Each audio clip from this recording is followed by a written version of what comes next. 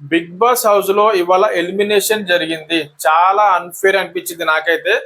Total గా 26 members ని hold లో పెట్టిర్రు. ఆ 8 మెంబర్స్ ని హెల్మెట్ చేసిర్రు. అంటే ఇంకా రిమైనింగ్ 18 మెంబర్స్ ఉన్నారు. టాప్ 3 లో ఉన్న contestant Mithilesh Reddy, RJ Charan and రాజకుమారి.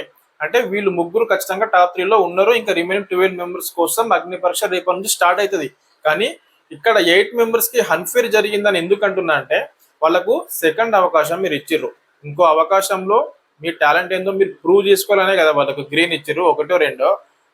మరి వాళ్ళకి ఎక్కడ అవకాశం ఇచ్చారు వాళ్ళు ప్రూవ్ చేసుకోవడానికి? ఇంకో డేర్ అనే వాళ్ళు, ఇంకో గేమ్స్ అనే పెట్టాలి, ఇంకా వేరే ఏమన్నా పెట్టి వాళ్ళ టాలెంట్ ని బయటికి తీయాలి కదా. డైరెక్ట్ గా మీ నలుగురు కలుసుకొని ఏకాభిప్రాయంగా నలుగురు తీసేస్తున్నామంటే ఎక్కడో అన్ఫేర్ జరిగింది అని నాకు అనిపిస్తున్నది భయ్య, నా ఒపీనియన్ అది. మరి మీకేమనిపిస్తున్నది కామెంట్ కూడా చేయండి. మీరు ఎపిసోడ్ 5 కనుక చూస్తుంటే మీకు కూడా అన్ఫేర్ అనిపిస్తే ఖచ్చితంగా వీడియోని లైక్ చేసి కామెంట్ చేయండి. అండ్ ఇలాంటి బిగ్ బాస్ 10 అప్డేట్స్ కోసం చాలా మంచిగా ఉంటాయి.